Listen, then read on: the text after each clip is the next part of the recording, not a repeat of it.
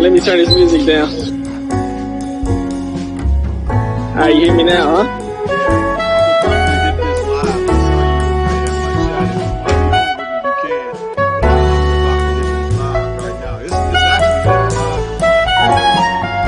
All right, well, I'm over here, I'm cooking, so yeah, I'm about to be on mute. Okay, cool. All right, brother.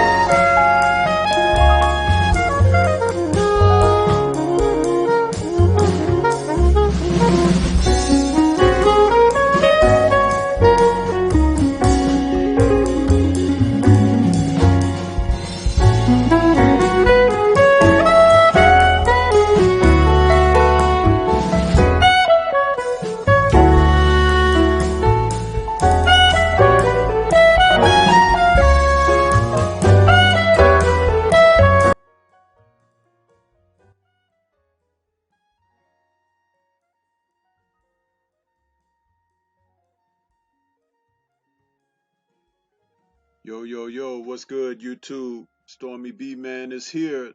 Stormybman is here. Trying to get my audio together. It's a little bit low. I don't know why, but trying to get it up. I see I got a couple people out there. Derek McGee, what's happening with you, brother? How you doing this evening? Yeah. Just wanted to get on here and talk a little bit of boxing, you know. Brooklyn Child Boxing, what's up, man? I ain't seen you since Keith Thurman got ran out of town. What's going on with you? Yeah.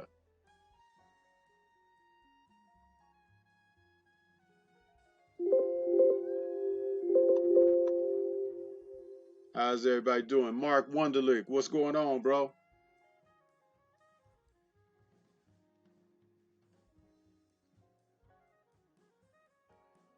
Forgive me for my low audio, man. I'm trying to figure out why my audio went low. Haven't been able to get that back up to its proper level yet. Hyphy might be able to help me with that. So what's going on with you fellas tonight? What's going on? What's going on?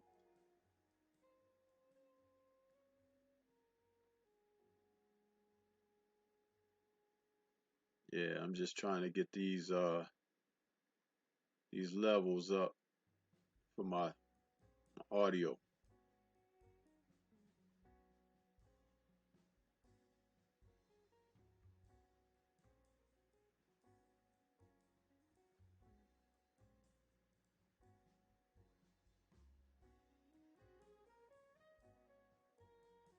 I'm in, OG.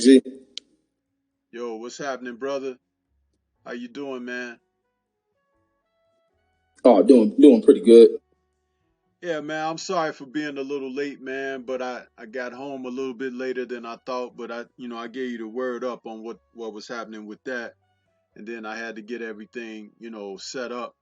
And I'm trying to test my audio out here on this. I think the Discord has got me a little low. Everybody else is kind of up and amped, but mine is a little bit low, and I don't know how to adjust that. Oh yeah, I don't even have no idea. What about is Hyphy around? Yeah, he's out there. He's cooking right now, but he'll be listening in and everything. I mean, if you can hear me now, it's just a little bit lower than where your volume level is, and I don't know why. It's been like that since I came off of this situation where I was having trouble with my internet. Because everything Right. is all good now with the internet, but it's like I noticed that my audio level is a little bit lower than everybody else's now. And I've checked my settings and everything, and I haven't touched anything. So it's something that needs to be raised up. I've tried raising the audio on the laptop, you know, but it still seems to be a little bit low. Right. You haven't started the live yet, have you? Yeah, it started. It started. We got brothers in the chat. Mark Wunderlich said he could hear us fine. So if they can hear us, that's great. It's just that I can tell the difference in the decibel. You know, mine is a little bit lower than everybody else's. Like yours is higher than mine right now because you're the only person on with me right now. But it's a little bit lower. Yeah, man, I just wanted to go live this evening and talk some, talk some boxing. Uh, Kind of continue on where we've left off with this whole thing about Dillian White. I had a couple of other subjects that I wanted to touch on too, but it's like I don't think we should let the Dillian White thing go. I think we need to, sometimes there becomes a situation where you latch on to and it kind of it becomes your battle cry. I think this should be it for us. And when I say us, I'm talking about the LDBC because, they've done so many things underhanded and backhanded, and how they've come at some of our fighters, our champions like Deontay Wilder, even when he was fighting Andre Ward, Terrence Crawford, and it's like the brothers can't catch a break.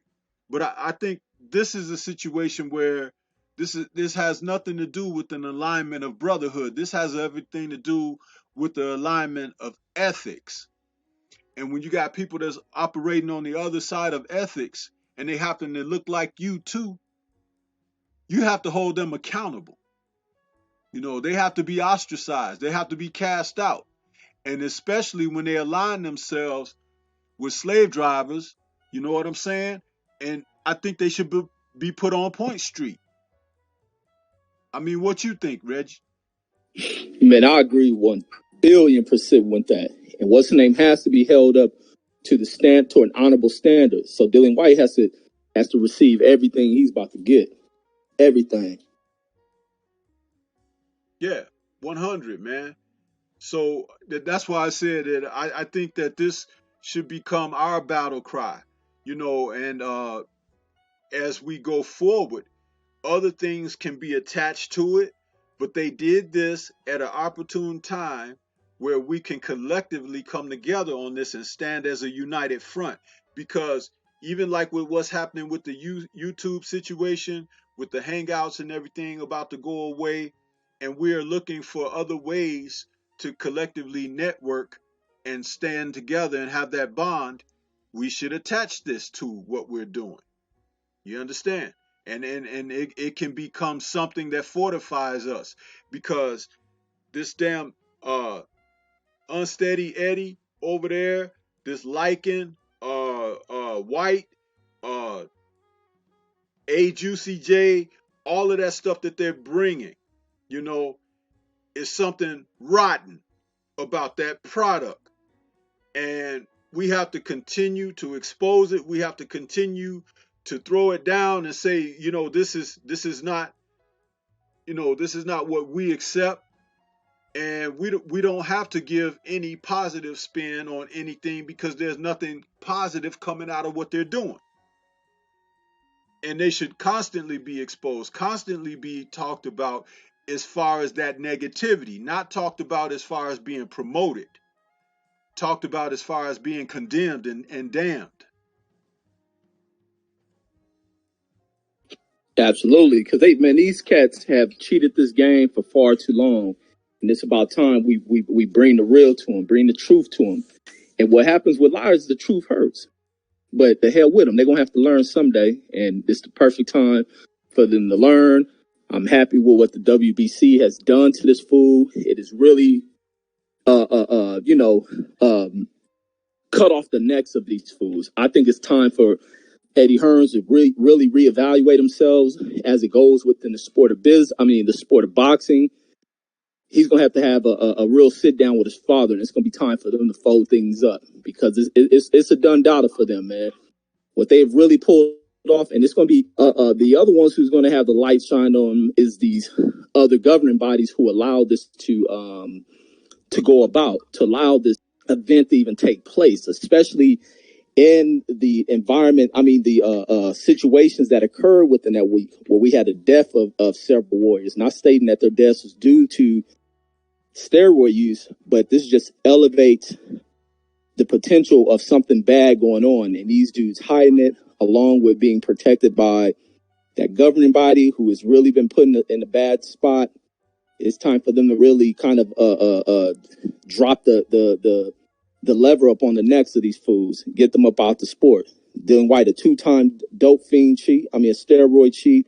It's time for him to face the punishment, especially when you up here casting the first stone at another fighter who hasn't been proven as being a steroid cheat. And here you are popping up on this stuff, some real heavy stuff, man. It's time for these fools to be gone, man. And even with Big Baby Miller, it's time for him to be going too, along with what his coach has finally come out with, what's been stated by him. It's time for them to really, open that case up and review Big Baby Miller. And then here all of a sudden, Big Baby Miller wants to be friends and try to stand in defense of Dillian White. Man, they're gonna really have to open something up and really look into this fool. Look at the case. Look at that situation that came from that trainer. But yeah, I'll let you go, Coach. Yeah, I'm gonna take a moment to acknowledge some of the viewers and listeners we have in the chat with us here. Want to say good evening to everyone that's out there. Starting with we got Derek McGee out there, Brooklyn Child Boxing, Mark Wunderlich, Bodru Thibodeau. We got Act Reacher 45 out there, Miss Boxing, and the Boxing King. You know, for everybody that's out there listening, my whole thing about continuing the conversation and also the exposure of what has transpired is significant because these fighters, they are pimped. Okay, they're pimped by these promoters and managers.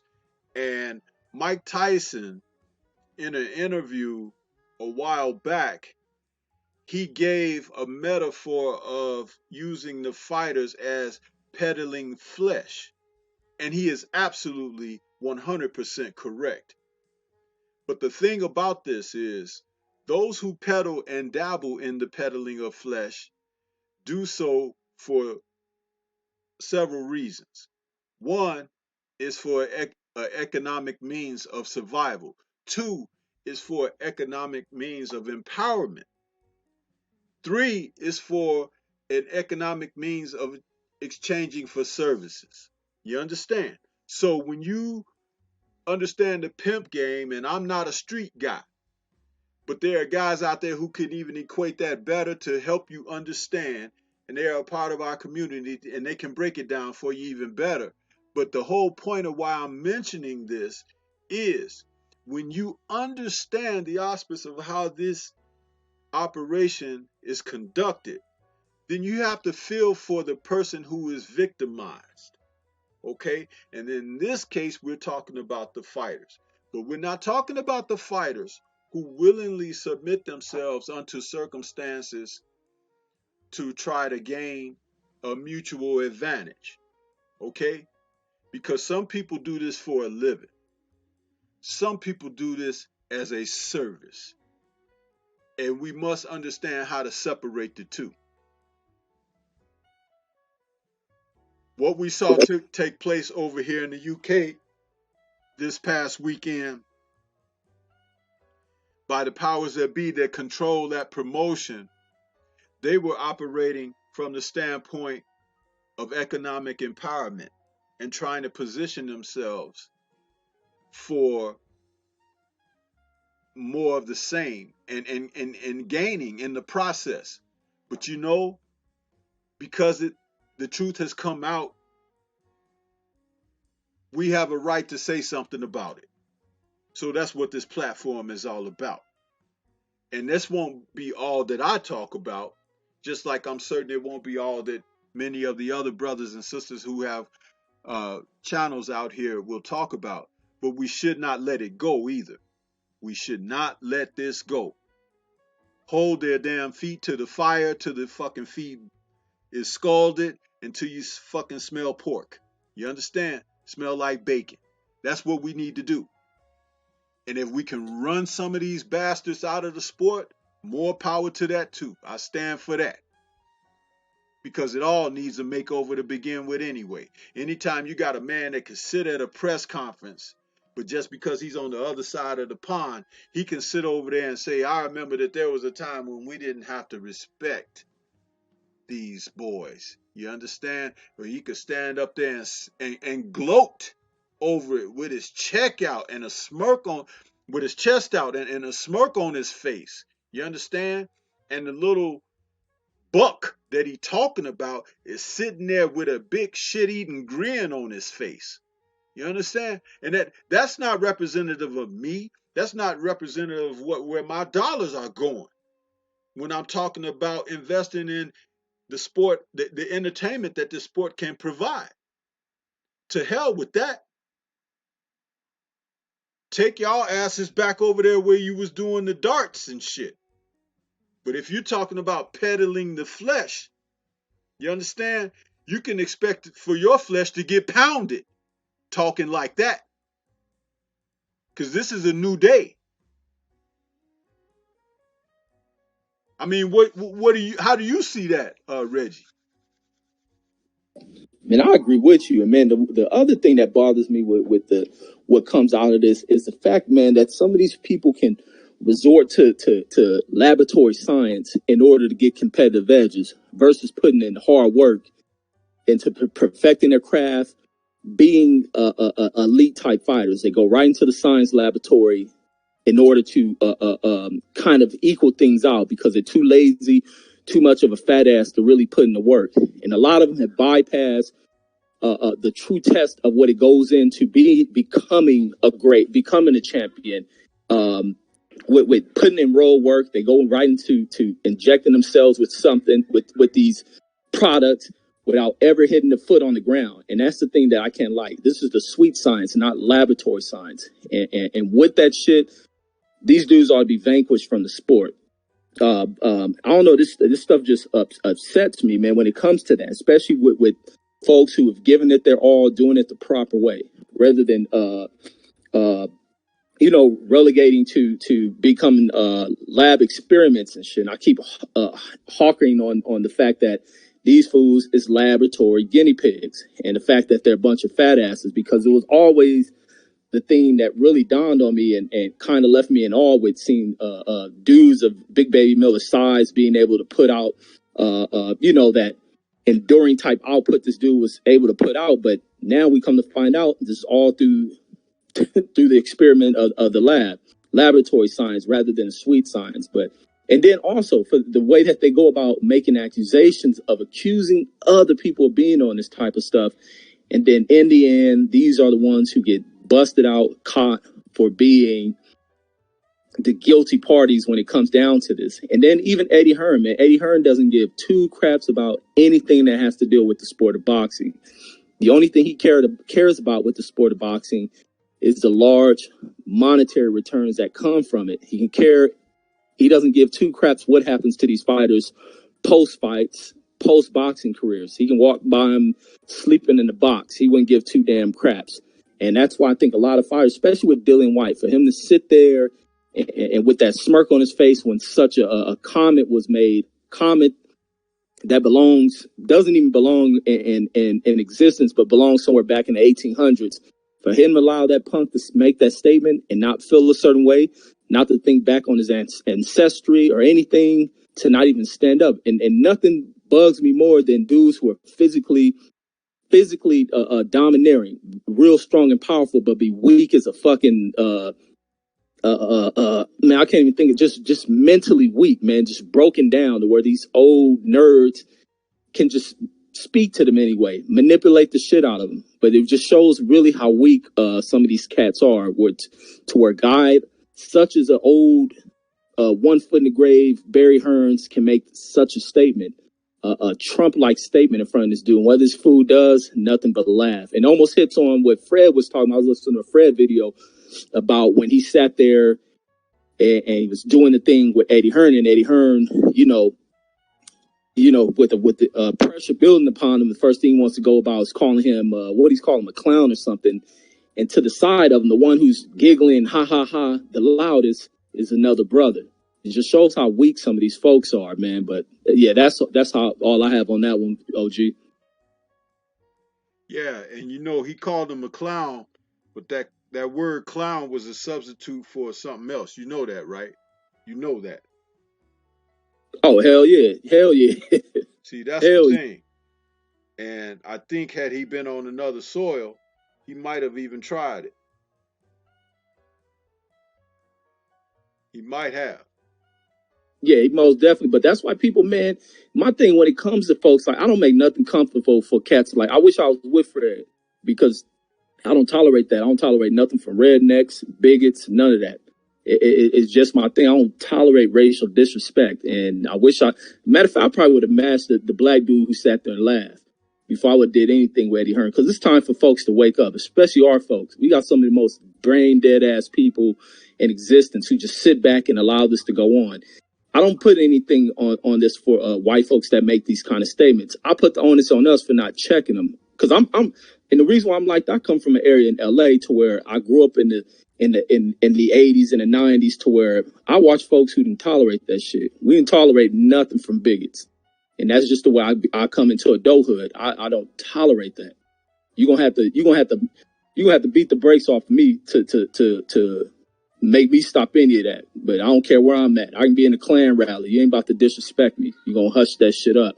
But that black fool who sat next to Fred and giggle and ha ha ha, sitting side by side with Eddie Hearns, he's a damn clown. I wish I knew who he was so we can expose him, man, as a clown. Wake him up to how much of a buffoon he is. But yeah, that's all I have, Stormy. Yeah, and I also want to take a moment to acknowledge because I'm kind of new at this thing, and I want to acknowledge from a couple of days ago a stream I did. Dark Truth sent me a PayPal donation, and I wanted to acknowledge it on the air here. I don't know if he's in the chat right now. I don't recall reading his name off, but I still wanted to give respect that he sent a donation a couple days ago on the stream, and I didn't see it until after I had stopped the stream after the show was over. And one of the reasons is because I'm kind of new at trying to watch all my different screens and whatnot. So I just wanted to say that. So if anyone wants to, you know, be generous in that respect, if I didn't get you, if I catch it late, I still will come back even on the next stream and acknowledge what you've done because I'm that kind of person and I'm not trying to overlook anything. And I don't have the super chat yet on here, but when someone gives to the PayPal donation, if I don't see it right away, I'll acknowledge it. I just wanted to say that. Um, yeah, this whole thing about how to handle Hearn because okay, we've seen what the WBC has had to say about this lichen, but I'm curious and I'm very attentive as to see what's going to be meted out as far as this guy because he has other talent that he wants to put into the game, and things like that. So that does this mean that we have to watch him with everything he's doing? Now that's not to say that the subjects are all going to be questionable, but we know that this man who is their promoter and some people he's managing, hey, he's dirty. You understand? He's filthy. He has horrible ethics. So everything should be called into play, which is why he should be penalized, whether it be banished from the sport, suspended from the sport, jailed, or some form of all of the above. Something needs to transpire with him and the company that he represents. Because for some strange reason, he's been bleeding money out the asshole from this company, and he's still been given, lines of credit to continue on. But sooner or later, because the world don't operate without the dinero, his number gonna come up. I made a joke about him about a year ago that he was gonna be found in a ditch somewhere or something like that. But with his questionable ethics and how he's handling things, that may not be far from the truth, man. This guy's really shit. And any fighters that find themselves under the umbrella of doing business with him, I would suggest that they get the hell away from that guy. Because he means you know well. Particularly if you got shaded complexion. You know what I'm Yeah, saying? I feel whoever can make the executive decisions to go about enacting whatever punishment that they don't find this dude, but they suspend him from making one single penny within the sport. Because to fine him, he's a promoter. He's on that's nothing but a write off. He's going right back into another event and recoup the money that he's lost through fines. The thing is to uh, uh, alleviate the sport of Eddie Hearn, get him up out of here, make him sit in the corner, go rethink about what he's done wrong. That's the reason for these punishments. You sit a guy to the side, let him sit off to think about what has been done. That's the true punishment that has to come up out of this, man, because he really put a lot of folks' lives at risk. And he also almost brought a lot of pain to a lot of families. Then we have the thing with the glove thing. I think he was in behind as much as Dylan White and his team are guilty of it. Eddie Hearns bears fault to that as well. He has to own up to that. He's not fit for this sport, man. And this is a sport that's really kind of going through a dark moment right now. And for him to even overshadow his thing is so bad that it's overshadowing the death of those two fighters. That's how bad this thing is. And even also, I remember we were speaking with D Style. He was speaking about what's worse than someone coming up with uncertified gloves and also popping hot on steroids, and that's one person committing these two crimes in one event, and that's just the case of it, man. This is probably one of the most wildest things we ever seen in the sport, and for them to have knowledge of what was going on and to keep it a secret from that other fighter who came in, did things the natural way, put in the hard work, put in the dedication to the sport, and for him to be lied to, kind of left in the dark with a fool who's kind of on full octane, possibly in there to injure him, and he's lucky to walk out to be able to walk out of that fight as the same person that came into that ring. But yeah, Eddie Hearn, after all the fines for this fool needs to be banished from the sport, whether it's permanently or for a short amount of time. It's time to get these silver spoon fools up out the sport. They have too much. I hate the fact that some of these fools who probably never had a street fight a day of their goddamn lives are the ones that profit within the sport just based on the privilege of however they come up. But he has to be gone, man. He knows right from wrong, and if he doesn't, make him pay for it for the rest of his damn life. Yeah. You know, a couple of comments from the chat. Brooklyn Child Boxing says this situation is terrible. What happened over in the UK? I uploaded a couple of videos on the subject. Yeah, if you guys haven't had a chance to see Brooklyn Child Boxing's videos, go check them out because again, the more information that you can get on this subject, the more exposure that you can get on this subject, the more that we can operate behind turning the corner of making these type of nefarious deals and actions come to an end for the sport because the fighters who participate in the sport, they are our loved ones, they are our friends, they are our associates, they are our colleagues, and these men are men and women who participate in a sport where the field should be leveled as far as the play because you do enough as sacrificing yourself physically, training as hard as you do and everything, and to have someone bring a loaded weapon into an arena where there's not supposed to be nothing more than what you bring physically. I mean, come on. There has to be something said about that. There has to be something stopping that. Huh? And we must be willing to stay the course on the significance of making sure that this doesn't continue. And people like Big Dummy Miller, who went out there, now he's out here trying to call himself campaigning or whatever. No, you know, You had your chance, and look what you did with it. You are a damn fool. That's what they call that. Old school terminology. Damn fool. You had a way set before you that you could set a different path for your family and yourself, your future, and look what you did. Because you a freaking cheat. A cheat. You could go out there without cheating and get knocked out, but you still would have got paid royally for it. I will cut him no slack either. Any of those cheats that are out there, they get no slack as far as I'm concerned. Off with their heads, off with their careers. Get the hell out of here. Huh?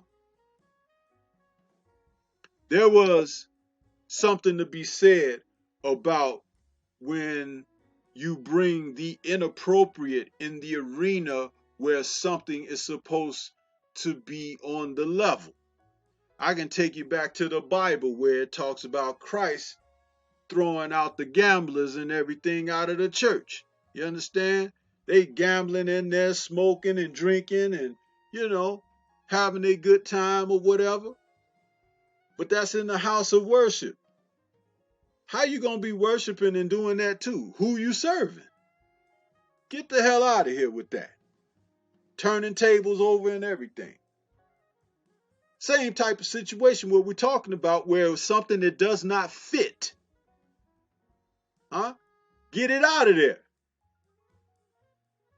And those who partake, those who want to manifest or engage, get the hell out.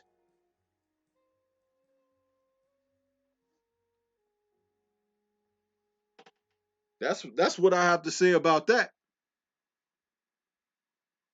Absolutely, got to be going. All of them, and the sports should be rid of that shit. Just like track and field. Track and field has some of the most harshest sanctions that come down on steroid cheats. Boxing is the only sport that gives fools 6 months. Let them come with some old regurgitated excuses of eating certain type of foods, and let them come right back into the sport. Where this is the most violent sport known to damn man, but you letting these fools run to these scientific foods that create goddamn bionic human beings and crap. But that's the other thing, man. The other focus has to shift towards these laboratories, man. There has to be more done into really putting a clamp down on these science firms that come and bring these things in. If they're illegal, then why are they being produced within in any country? If they have no use in any of the goddamn sports, why are these fools allowed to make it, profit up off of it, and then, through all these derivative kind of money streams, the guy who comes to the end of the money process is the one who faces the most punishment. The laboratory creates it. Some old salesman, he pays for it at one price. He maximizes that price, sells it to this athlete who ends up ruining himself for the rest of his life. There needs to be clipped off at the top and eliminate this shit, period. And a lot of these countries can do it, but all around, all this shit boils down to greed. From the top level, it's all about greed. And it's coming from within these governments, because these laboratories are paying off some of these inside foods. And it's just unfortunate, man. Like, I just don't get it, man. It's a real deep web of deceit that goes on within all this shit, within all of it. Absolutely. Well, I want to say we've cooked on that part good enough for right now, but we will be revisiting it more in the future, even if not on this further on this stream, because like I said, that's not something I'm gonna let go. I'm not gonna let that go. Uh, but I would like to bring something into the forum here, Reggie, and like to have your participation in this conversation with me on talking about some things about driving the sport forward in a better direction. And I've highlighted a couple of topics, which they're not differing from one another. They all kind of go together. Um, I've kind of itemized them where I say,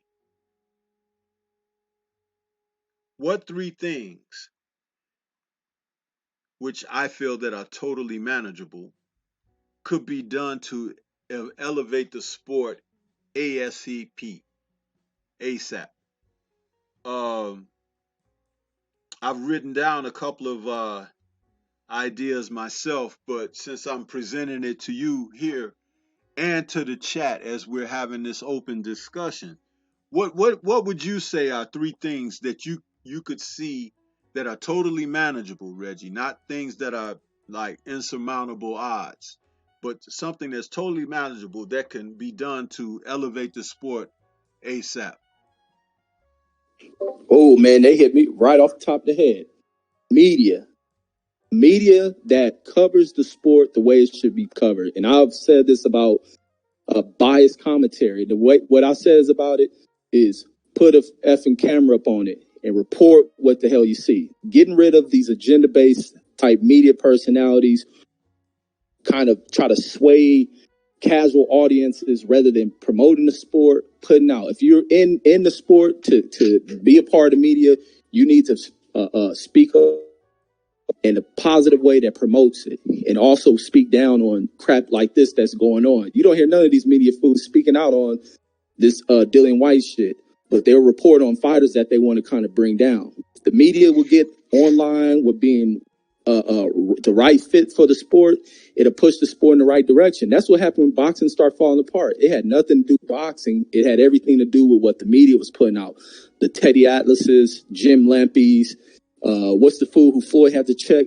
Larry Merchants. Those are the fools who was ruining the sport.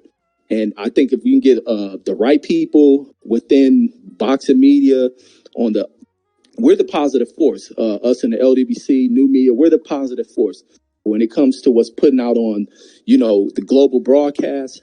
Putting the right people in place that are in love with the sport, that respect the fighters, that speak the truth of what's being presented within that ring, giving us the build up a profile of the fighters. That's one for me.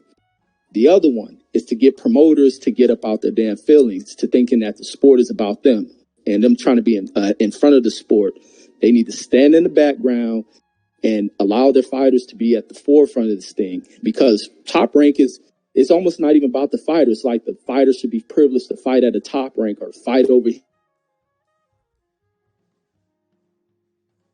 stand in front of all the promotional companies is just the kind of the financiers of where the fighter finds a home at. But the promotion companies need to do a better job of promoting their company. I mean, promoting their fighters, because right now they promote their companies more than their fighters. So that's two for me. And number three is fighters, such as what we bringing up about T Bud, about how he gives no access to people who are truly fans of his. Him being for one, him not being accessible to fans. Not saying all fighters have to be all opening and this and that, but be more accessible to fans. Fans are reaching out to you. This is what's key to the historics of a fighter when they go down, and also for the sport, and also fighters that want to get in about, proving that they're the best, getting in there, being about the action of fighting whoever is being mentioned as a top name. So the best fighting the best, and that's three for me. That's pretty good, because when I came up with what I thought, funny how media never crossed my mind, and it should have. That was excellent. To be honest with you, because media helps shape the perception to the masses. And if you have a poor guide for that perception, guess what comes down the pike? Garbage. So if you have clear if you have a clear avenue of what's coming down, solid facts, solid truth coming down there, then that is what the people could receive and they could understand exactly what's going on. So yeah, that was man, I wish I had thought of that one myself. Yeah. One of the things that I said was mandating that champions fight a minimum of 3 times a year. If you're a titleist, you should defend your title at least 3 times a year. I don't care if you're a multimillionaire. I don't care if you made X amount on your last fight and you want to have a long holiday. I think that they should be on the clock, champions, a minimum of 3 times a year. 3 times a year. And what that would do, it would ensure a proper rotation of title challengers getting an opportunity. Okay? I'm not saying deservedly or undeservedly, but bodies will move in the division if champions are fighting. Notice how few and infrequent these fighters fight now, man. The champions themselves. And that slows down everyone else too, because everyone else is like waiting around for a shot. So if the champ ain't moving, the caboose ain't moving. So I think that you need to get those guys active, and you figure our calendar can be broken up into quarters. So if the guy is fighting once in the spring, once in the summer, and once in the fall, there you go. What do you think? In No, I chat, agree what do with you that. think? I agree because I want to piggyback off of that as well. Because I think they should really force it. It should be something set up to where we come to a conclusion. So making these champions to where they're fighting at least 3 times a year. They're defending these titles, fighting number one contenders, but also making. I think it should be forced upon to where these champions have to fight other champions. There needs to be some rules, some other meeting with these sanctioning bodies to where they come to a finalization of kind of scheduling towards the end of the year that they force a champion to fight another champion. They have to fight, kind of move their champions into fighting the unify championship at some period in the year, or they strip them. I think sanctioned bodies have to start taking control and building up the value of their titles, because a lot of these titles are devalued like a mug because these champions aren't fighting other champions, and more champions have to start being stripped for turning away fights. There should be a time limit on if you're injured, you can't do the Keith Thurman 2-year thing. You strip the champion of his title, put him back in the number one position once he returns from injury or whatnot. But yeah, I think so. I think they should make champions more active. At least fight 3 times, 2 to 3 times a year, or else, hey, your title is stripped, and we're giving the next 2 guys the opportunity of becoming a champion. But yeah, I definitely agree with that. And that Keith Thurman thing with the injury for 2 years, man, that was one of the most ridiculous title reigns I had ever seen in the history of boxing. That they let them took take advantage of. That was like, I mean, my goodness, that was like they handed a title to someone and they just sat around and didn't fight anybody. You know what I mean? It was one of those cases where, I mean, now mind you, when Vinny Pazienza got in that car accident and he needed time to come back to the sport, they had told him he wouldn't box again, but he came back.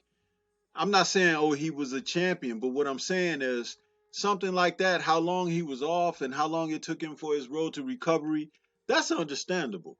And then things can be worked out, like you said, with that. A title a title shot could be set aside for a champion who was laid off like that for a while. But the Keith Thurman thing, I think he did it was simply just to be able to avoid certain fighters because the heat was there as far as who the people wanted to see him fight against, and he wasn't necessarily in a position to dictate picking opponents because he didn't have that type of leverage, you know. So the cry was for him to face one of the other champs, and he just kind of sat outside. I didn't like that at all. One of the other ideas that I said could help elevate the sport would be the reasons for stripping titleists be consistent, i.e., doping, ducking, and refusal to defend against worthy challengers. What do you think about that, Reggie? Oh, absolutely. And i.e. Canelo. Be no way anything like the Canelo thing should ever been allowed in the sport. I agree with that 100%. But Canelo came to mind as soon as you said that to me.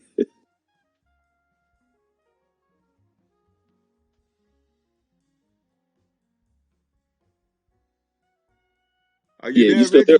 Reggie? You kind of Yeah. cut out. You cut out or something. Or did you Oh, stop talking?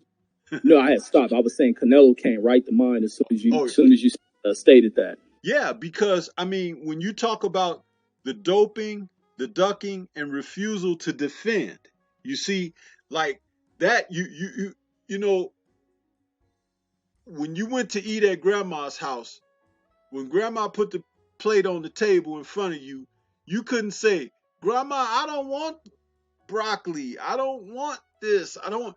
Grandma would take her shoe off and whack you across the back of your head and say, "Boy, you're gonna eat everything that's on that plate." You understand? So as a titleist, hey, if it's a world beater out there waiting in line next, you gotta face him. Huh? Ain't no I'm gonna drop the belt and go to this division. No, you gotta fight that guy. Huh? If you don't, 1 year suspension out the sport. And I say 1 year for a champion, a titleist, because they fight so infrequently now anyway, right? So if you give him a few months off, that's just like he was just in between fights. So you hurt his wallet by making sure that he can't make any money. You got to fight, man. You got to fight. So Right. worthy challengers deserve their shot too. Not just those picks and pans, the guys that you get, that make you look good for your highlight reel knockouts and everything. We need to see somebody in there trying to knock you out because they hungry and they want something and they coming for yours. See, that's what we want to see. Stuff like that. And if you doping, like this idiot that this past weekend, stripping, banishing, lifetime bans, you get rid of them, guess what? Everybody start falling in line. Ain't it something? You hit the old bully in school in the mouth and set him straight, and he leave you alone, and everybody else in the school respect you and everything too, because you knocked him on his ass. Ain't that the truth? It's the old metaphor, but it works. So why not take someone like the Lycan and kick him out the sport and say, from here on out, let him be the example. Who else wants some? Right. And I, and and and OG, I think the other thing that it leads to is it puts the proper people in play. You ain't gonna have people that get in position and come in here to play around with titles because they working with the right promotional company that puts them in a position to get a belt and then start dancing around and avoiding people. When you start stripping them, it makes other fools who don't feel confident in being able to beat everybody in the division to not go for the pursuits of a title. I hate for people to go after titles and then hold belts and then be spoken of, the words that come out, oh, they're not ready for this person. Why hold the title? A champion means you're ready to beat anybody within a division. And I don't think those standards are being held up anymore because there's no structure in place to punish these people. With the rewards has to come punishment, and stripping a person of a title is punishment, and probably dropping them very low down in the rankings to where they're going to really have to put in real work. So if you don't want to drop way down in the rankings from being stripped because you're not fighting the best opposition out there, you're refusing to do certain things, it'll make people think twice about before they go about facing top level oppositions and going in pursuits for championship belts. Because right now it just looks like the nice chain that people are wearing. That's almost what the belts look like. The folks who want to rock the chain in the club and stuff. Let the belts have a value. Let them be real, high value trophy pieces rather than flashy type jewelry pieces that don't mean shit. But you start punishing them, man. It'll set a precedence to where you really getting folks who are, really have the heart of a true tiger that go in there holding this belt, ready to kick anybody ass who wants to step to them. And I think that will be the effect of doing things like that. It'll definitely be the effect. And especially if these fighters have pride, they don't want to be stripped and looked down upon because they get the belt taken because they are viewed as a coward. No champion wants to go through that. Yeah, man. And see, my third thing was, and it goes right along with that, the reduction of titles per division. Because the more you got close to the way it used to be, one face, one name, one champ, the better off the sport was, because people had to stay in shape. You never knew when you were going to get that call for the title shot. It wasn't always contingent upon being a number one contender, because sometimes guys would fight for the right, you know, and fighting for the right was sometimes better than the actual championship fight itself, because you had hungry tigers going after one another. And that promotes prosperity in the sport and stimulates the competitiveness of the sport. You know, like the NBA became watered down when they really, all that expansion and everything. You got guys that are on some teams now that wouldn't have even made the league when you had less teams 20 years ago. You know what I mean? So it's like these guys wouldn't even be ready for the farm teams or whatever, if you call them, the B leagues or whatever. It's like you water the sport down when you do that expansion.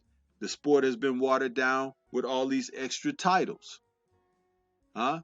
It's guys that would not have ever tasted a title, let alone seen one, what it looked like. Huh? Cast their eyes upon it if they hadn't put so many out there. And that has hurt the sport tremendously. But you pull that back, and now you make guys zero in on the dedication that they have for the sport, the actual what they put in. One of the things I like to remark about Floyd Mayweather Jr. was that in his era, he probably stood head and shoulders above every other fighter of his era as far as his professional approach to fighting. And I'm not talking about the promotion aspect or anything. I'm talking about how he trained. You know, he trained like a poor guy. He trained like he was still hungry, even when he was well off. It's difficult to get guys to train like that don't have anything. These are the guys that are running to see these chemists and everything. Hey, what you got for me? Can you give me something? What do you want to do? Well, I just want to get in there with the champ. Well, are you training? Yeah, but I need a little something. My stamina. Dude. All you need to do is get your ass out the bed and go do your road work, huh? get in the gym. I think I just saw you drive past the gym. I ain't even see you go in. Huh? But you taking these chemicals. Get the fuck out of here. Right, right. I've seen it. You know what I mean? It's like, it's ridiculous, man. I said it in the other stream. You look at Tyson Fury. You look at this kid, Dillian White. Okay, they're taking PEDs. You look at Big Baby Miller. They're taking PEDs, chemicals, steroids, whatever. They still don't look like shit, do they? Absolutely. Because they don't taking work. They don't work They with the drug. They don't put in the work. They don't train. They are half-asses. They're the same guys when you went to school. And I said this in another stream, tapping you on the shoulder. Hey, Reggie, can I see your homework from last night? Hey, Reggie, let me borrow your book. Hey, you got an extra sheet of paper? Hey, man, leave me the fuck alone, man. What do you come to school for? Huh? That's the same dude. Now he called himself a professional boxer. And because you knew who he was when you was in school with him, you know to bet the house against his ass. Huh? Right. Seriously. Because it's like, but see, I'm going to tell you something. And I said this as a coach. This is what I mean about being a life coach. Everything I just said is relatable, right? Right, but right. These people, dude, they start out young, man. Children. When they're not raised the correct way, when they're not shown the proper shit, they become adults, man. Sometimes life ends for them before they get to adulthood for various reasons. But if they happen to cross that threshold into becoming an adult, now you're out here in the world making decisions and shit, huh? Working for somebody's company or franchise or whatever, huh? Sometimes they become your politicians, and have mercy on us all, your president, huh? Yeah, that's what you're looking at. Right, absolutely. But somebody been passing them through all along. Oh, don't worry about Bob. He comes from good people. You know, his family got a house over on such and such, and his dad is CEO. Fuck that. But Bob is a fucking idiot. Well, just turn your head on this one. What? Dude, I'm telling you the truth here. This is the real deal. Eddie Hearn. Do he really come across to you like somebody who had a lot of friends in school and everything? Fuck no.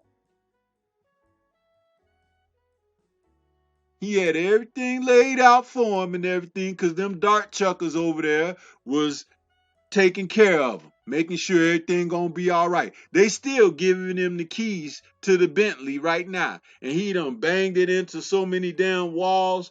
But as long as there's a body shop,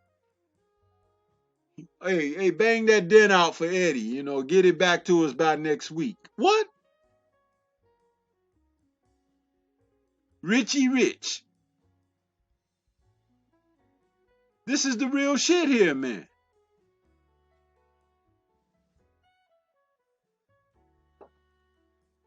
On the real, man, I want to go back on that point you was making about Floyd, about with the dedication of, man. This is the one thing that I kind of, I can care less about. I bash Floyd when it comes to the way he behaves as a retired athlete, as far as how he advocates for the sport. What he did, the one gym that he left, is the hard work and dedication that cat put into the sport. Getting up every day after generating the type of wealth that he generates, to get up, dedicate yourself, not to drink, not to smoke, but go in that gym and put in work as if you were a poor man leaving out of a homeless shelter. You don't find too many guys do that. You see what happened to McDonald after he got his first check. Then he got that second check and it was all over. But you watch a lot of these guys, a lot of these dudes, they lose sight, man. They lose the sight once they get that big check. And I commend that dude, man, for him to be able to do that. And on top of the dedication he put in there, he did this while enduring the type of injuries that he suffered. And also doing it in his 30s where the body begins to change. I know all about them changes in 30s, and I'm still feeling that shit. But to be able to go about it, not to even think about going to the laboratory to help you with the recovery, with the healing, but to do it the organic way. I have to salute that dude. Now, I can't bash him. That's why when it comes to what he did as a fighter, I can never knock that. Outside of out in retirement, yeah, that's another situation. But the dedication, you do not find that. You find it in some of the cats. I think Earl Spence is going to be that way. Deontay Wilder is going to be that way. Bud Crawford is going to be that way. Grays. There's a number of cats who are going to have that dedication, regardless of the money that they accumulate within the sport. They'll get up out them silk sheets as if they're leaving out the damn poorhouse. And that's the type of stuff that you want to find and future Hall of Famers within everybody within the sport. But once you find these cats who want to be brash and all that, and you've seen it early on with Adrian Broner, wasn't surprised by any of it because I've been around it. I see it. Once these cats become too driven and awe of the accolades and fame, once you can't handle fame, you don't know how to control it to where you manipulate fame and use it in such a way that Floyd did it, man, you can't control that and it begins to become a drug to you. You all done within the sport, man. It's all over, man. I agree. But yeah, I agree. And that's the funny thing that when we talk about that, about the hard work that fighters put in. Evander Holyfield once was asked about Mike Tyson. This was in a time when he had defeated Tyson that first time before they fought their rematch. And in an interview, they talked about the interviewer was talking to Evander about his success over Tyson and everything, and how he really rose to the occasion. And Evander remarked to the interviewer, he said, the one thing I always noticed about Mike when we were coming up was how hard Mike trained. He's like, I never saw nobody train as hard as Mike.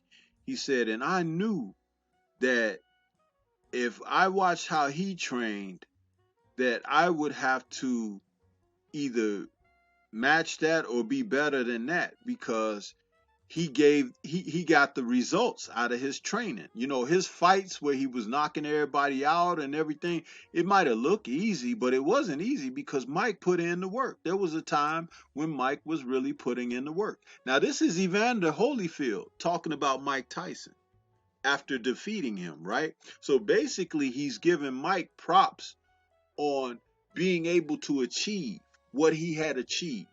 He wasn't knocking Mike down. He wasn't putting him down saying, yeah, I'm better than the guy, this or that. There was no bravado. There was respect and acknowledgement for the hard work that Mike put in. And again, that's what a lot of people don't understand.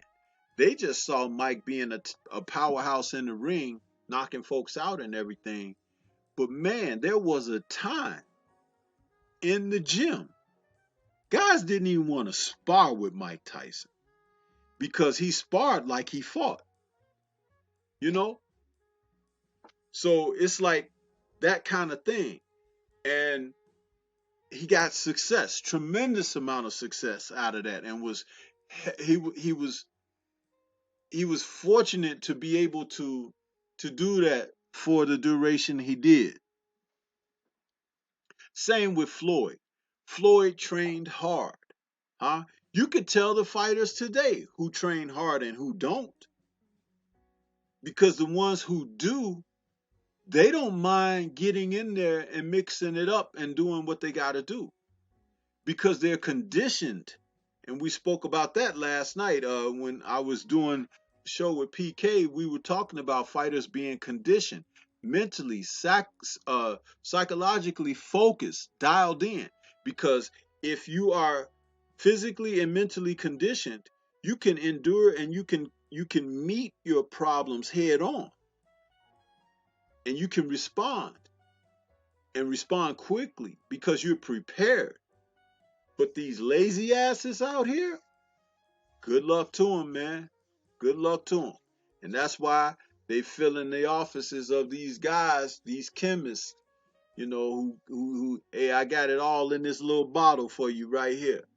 Huh? You go to the supermarket right now, you checking out, and they got bottles of a Red Bull, uh, that monster shit, and then the uh 5 hour energy, all of that shit. What you need all of that shit for? Huh? Oh, it gives me a pick me up, and I mix it with this and make me a little something, and I really feel get. Listen, man. You remember how you could just drink some orange juice or whatever, fruit juice, grapefruit juice, whatever, natural shit. What's all of this stuff they giving people? Huh? There's a Starbucks on every corner. What the hell is that they putting in them cups? Because them people go up and they line up like zombies. They'll get up out of the bed, huh? Still with their pajamas on, standing in line for Starbucks. That shit is worse than McDonald's. But you want to say, oh, it ain't no chemicals in that. That's just coffee. Okay. But see, that's the way of the world today. But if you partaking in all that shit, you don't know the difference anyway. So I shouldn't even be talking to you, huh? Because your brain cells all fucked up on them chemicals anyway. Come up in that shit. But I'm telling you the truth. You get your rest, you eat healthy, you get some proper exercise and everything, you be fine. Sitting on the couch eating Cheetos and everything, and putting the fridge a little mini box right on the side of the couch so you ain't got to get up and go in the kitchen. I mean, that shit ain't gonna help you at all, man. It ain't gonna help you. Absolutely, man. Some things stand the test of time, and that the old school method of doing things has stood the test of times. It doesn't have to be altered everywhere. It doesn't have to be tinkered with. It ain't synthesized and all that other BS. It is true. It stood the test of time. I remember talking with what's his name, Val, where he was speaking about how these fighters go in there and they have abandoned the old way of doing road work, speed bag, heavy bag, hard work, cardio conditioning. They brought in a lot of cats who have no influence. New thing within the sport of boxing is they come up with all these tricky ways of shortcutting, putting in the hard work with the strength and conditioning coaches. We're coming out of the track world, and this is what we're seeing, where we're finding new age ways of bypassing the hard methods of doing it the old school way, the way that has always stood the test of the time. And that's why we've seen all these lazy ass getting in bed with these scientific minded trainers, or not even trainers, but physical trainers that are coming in finding things. And these are the ones who are coming through the back doors, sneaking all this old synthetic octane shit, steroids and stuff. And a lot of these old school fighters don't like that crap. They can't stand what is it called, strength and conditioning coach. They want these fighters getting out there putting in the work. I'm reading Lowland Prophet's comment. He said Mike's slogan, hard work and medication. Yeah, That's crazy for that. wrong, man. That's wrong. Why you must talk about Mike like that, man? Hard work and medication, juice head. Then he says today's fighters train hard but juice like Mike. They got it all wrong. Uh yeah, man, it's that's a funny comment though. But it's one of those things that, again, I thought I would bring that question out there because there are ways to elevate the sport without, like, oh, we'll never see that happen. There are minimal things that could be done. So Look here, Reggie. I got one last thing I want to ask you as a topic to bring up, and then we can close things down. In light of the fights that took place this week and recently with Devin Haney, Shakur Stevenson, and now Tank Davis in their recent matches. When is it time, do you think? Because I have my personal thoughts on it, and for the chat too.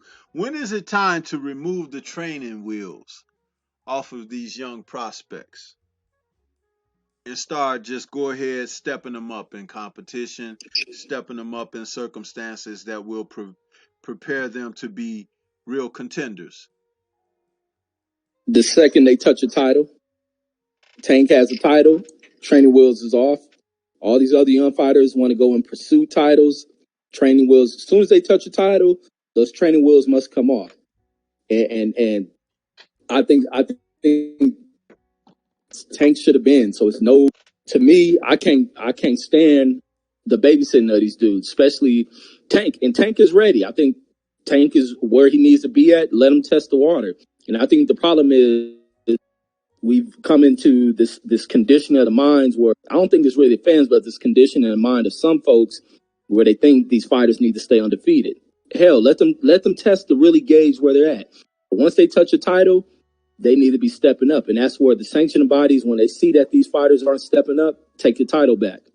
Find a better representative of your organization. But yeah, to me, it starts once they touch a title.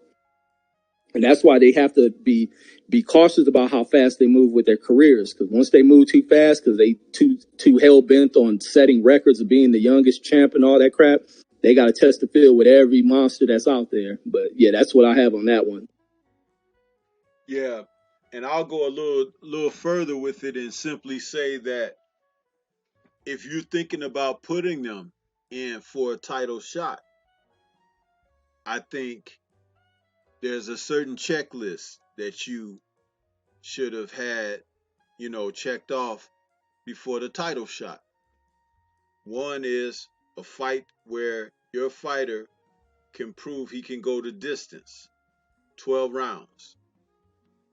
And that fight has to be as taxing on him to where he expends energy, where he expends or he experiences rather um, some type of ebb and flow to the match, you know, that he's competing in, that someone offers stern resistance.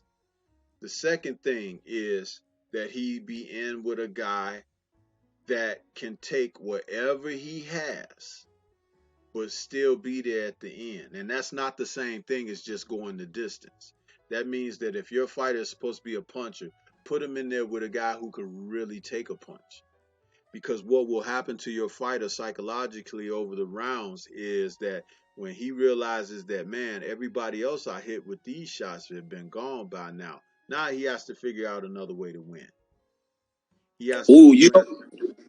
What? oh no, I didn't mean to cut you off. You know who learned that? What you're speaking of? Joey Spencer in that last fight. Yeah, yeah. See, that's what I'm saying. And then these are the type of things. And then the other thing you want to do is you want to put him in against a difficult style. Okay, where if your guy's a boxer, you put him in with a really good slugger or inside fighter or whatever, a guy that's aggressive and that'll be on top of him all night long or whatever. Got to have that type of opposition. If he's that guy that's on top of people all the time and pressure fighter and this and that, you got to put him in there with a guy who can stick and move and who's really smooth and who can box his shoes off. Maybe not with a knockout punch, but someone who's going to give him that look where he has to pursue and find other ways to break the guy down and things like that. Then, lastly, if your guy's a southpaw, you got to put him in there with a really good right hand fighter. If he's a right hand fighter, you got to put him in there with a damn good southpaw. You see what I'm saying? Because Yeah. these are the things that, as a champion, he's going to face all of that. And if he ain't faced it before he became champion, guess what's going to happen? Bye-bye title. Huh? Absolutely. Absolutely. So that's why I said, you know, those type of things before you even think about getting that title. Because yeah, we know you want to fight for a title when not just you can win it, but you can reign. You can reign as a champion. That's what's important. So that's my answer to that particular question. And so I guess that'll, I'm not gonna hold you no longer, Reggie, because I know you probably got your thing you got to do tonight too and everything. But I appreciate you coming on here and sharing the hour with me, man. And I'm sorry I got going a little later than I wanted to, but I really appreciate your efforts and your input. You always give me good content and topic information to discuss, and I like how you present yourself there. So, any last words you want to say for the audience there? Yeah, man. I gotta say thank you, man, and I enjoy it, man. Going over an hour ain't nothing, man. I enjoy this boxing, so I enjoy it. I enjoy these deep conversations on the intricate parts of the game. I love that, even if I'm sitting back listening to it. But yeah, the thing I want to say to everybody, thank you guys for being in here, tuning in with us. Also, don't forget to hit that like button. Also, share and subscribe, and man, just keep going about the research and delivering this heat when it comes to the sport of boxing, because we are reshaping this game and we are resurrecting the sport along with the good work that's been done by Al Heyman. Even regardless of how you guys may see some of your challenges, a lot of our challenges are small, some are big. We all have an impact because there are those listening ears that creep in to hear what's being put out. So you never know who's listening, who's tuned in, because a lot of people come in here who listen in stealth. They listen stealth wise. So you never know if an Al Heyman or somebody's creeping in, hearing what you're speaking about. So that's why I think it's cool to deliver the clear and concise message while being professional and intelligent about it, like we always do. But yeah, man, thank you, OG, for bringing me on, and I enjoyed this conversation, man. Yeah, much obliged, man, and I really appreciate what you had to offer. I always say you brothers come on and make me look good because you give me something to share. Because as I've worked with guys in the gym and everything, I can't say it enough. I'm a life coach. It don't stop in the gym. I have a daughter. I have a granddaughter. So my teaching don't ever stop. You know what I mean? And so I can take it, and just as equally as I give things out, I can learn. My whole interaction with all of you guys who have worked with me on the channel and everything, I gain as much as anyone else from that whole experience. There's a reciprocity to the process of communicating, opening up, seeing what someone has to offer, receiving and accepting that, and then providing what I have. There's a lot to be said about that. That whole process, it's a good thing. It's a great thing. And you're right. We got those people out there in the bushes, and I call them peeping through the blinds, watching what we saying, listening and writing stuff down, taking notes and everything. But I always tell them, hey, step up out of that darkness and come on into the light, because there ain't nothing but goodness shining down from the light that we're casting upon everybody when we share in our boxing talk on this channel with Stormybman. So that's what I got to say about that. I want to say thank you to everybody that has come out there in the chat. If I didn't shout your names out, it wasn't because I was ignoring you. We were caught up in our subject and content that we were sharing with you. But you can do me a big old favor and hit that like button on your way out the door, and hit the bell icon for more content when something's dropping on the Stormy B channel. And I talk about Kung Fu movies too, so don't be afraid to come in here and talk with me about Kung Fu, because we can have a real damn good time on that as well. So that's all I got for you guys this evening. This has been Stormybman Live with Boxing Talk, and I will see you all soon. Don't forget Friday night chop session with Stormybman, 8 p.m. Central. We'll be back at it again with a whole cast of characters on the panel with me. So we'll see you then. Have a good night, everyone. Peace. Peace.